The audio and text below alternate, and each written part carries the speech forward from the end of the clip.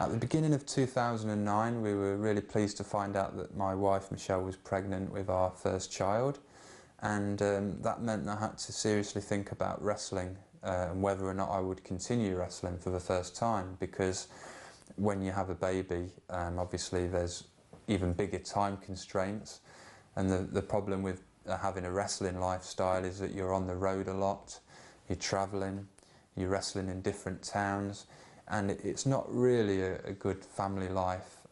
It's quite lonely at times. There's a lot of organisation involved. There's various expenses along the way, petrol and food, and so all of these things had to be considered. And I decided that I would take some time off in 2009 while we got used to the pregnancy, and then Lilia was born in November. She came along, she's beautiful, we're really happy with how she's growing, and 3 or 4 months later the bug is biting again and I want to get back in the ring. And we made the decision that in 2010 I would return to the ring. And I'd like to say that Michelle's been very supportive of it. She's understood how much I love wrestling and how I need to get back into it, and how once you start to wrestle, it's in your blood. And I think that in a few years' time, when Lilia does grow up, she'll be able to see what I've achieved, and that'll be a nice legacy to leave for her as well. This is my wife Michelle and my 5-month-old baby daughter Lilia. Scott's been a wrestler ever since I've known him, and I've been involved in most aspects of the wrestling industry. I've travelled all around the country with him. I've helped make outfits for him when he first started out. We used to design and make the outfits together. I obviously go to the events and I support him and cheer him on, but I get involved in videoing and photographing the events so that we've got a record of it. I also try and make sure that we both stick to a really good diet to help him out. I mean, Scott has a very high protein and low fat diet, so we always make sure that there's no junk food in the house, that we're always really particular about what we eat, and to support him as much as possible really, because it's hard for him training at the gym. It goes as many times a week as he can, and he eats the best meals that he can whilst working full time as well. So I still to this day don't like watching him wrestle, because I always get worried or nervous that he's going to get injured or hurt, but I like watching it back on video afterwards and enjoying it when I know that he's safe and sound and okay really. He has come back with all sorts of injuries, broken bones, bumps and bruises, torn muscles, you name it, and it's very hard. You have to be strong and supportive in the background and help organise him, make sure that he's okay, and look after him after the events as well, and help him get back on track ready for the next fight. When Michelle and I met many years ago now, I was a wrestler at that time, and Michelle knew that I was addicted to wrestling and it was part of what I do, and unfortunately it has meant over the years that I've missed birthdays. I've been in different countries when really it would have been nice to be at home, but that's a sacrifice that you make when you want to climb the ladder and do things and achieve a higher level at what you're doing. And Michelle has been so supportive and she's been so helpful that I probably couldn't have done a lot of what I've done without her there to support me. Scott obviously goes away for a long period of times. He can be away for, sometimes he's been away for weeks, sometimes it's just, one night he'll drive down to Southampton and back again, and it takes quite a lot of time, which can be hard for me and for him, being apart from each other for so long. But I try and be there and go to as many events as possible to support him. But now we've got our little girl, it's a bit more difficult now. Obviously I have to look after her and stay at home. But you just have to get on with it and get used to it really.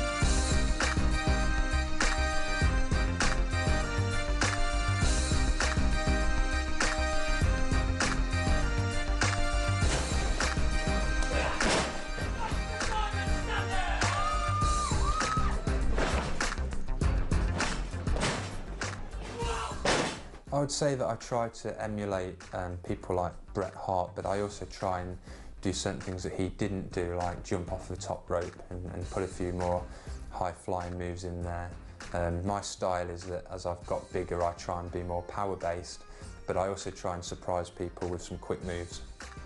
My tactics often in a wrestling match, although I don't want to give too many of my secret tactics away, but quite often I'll put people in, you know, a headlock or a wrist lock to wear them down, to slow them down, and then I can hit them with some more power-based moves. I can knock them over with a big hard clothesline, or I can get them to the mat and I can work on a leg and stay on the leg, or I'll work on the arm, whichever limb's available to me I will work on. But once I've slowed them down and they are slowed down, I can then do a few more high risk moves. I can jump off the ropes without fear of them moving out the way, and quite often the crowd are entertained by those types of moves, so I always try and work those in, and I'll usually try and finish in some spectacular way with a high flying jump off the top rope, for example. Different wrestlers have different attitudes towards their match. Some people don't care about the audience or the fans. Other people are pleased that they're there. Me personally, I think, you know, if you've bought a ticket to come and see a wrestling match and you're supporting us, that's great. I'm lucky enough that I always get a positive reaction from the crowds, and I absolutely love that. Some wrestlers, they don't feel they need it. They think they can break the rules and they upset people in the audience, and that's the way that they go. Me personally, I like to be a fan favourite, and I'm proud to be one.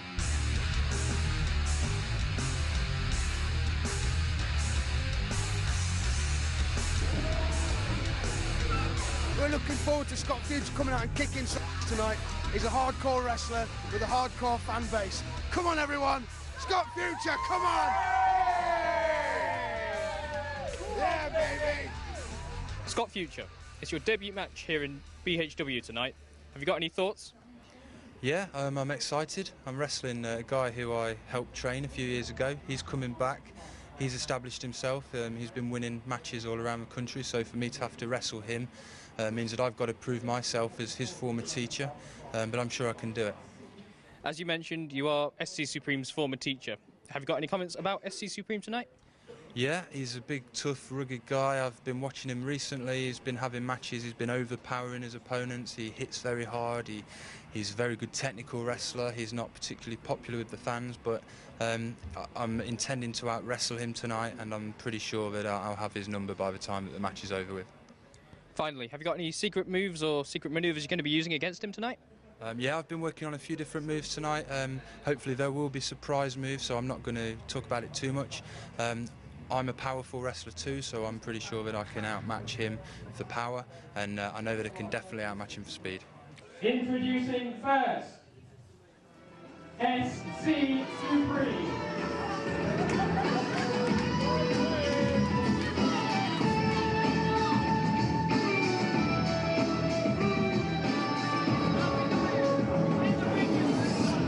Ladies and gentlemen, introducing Scott Future!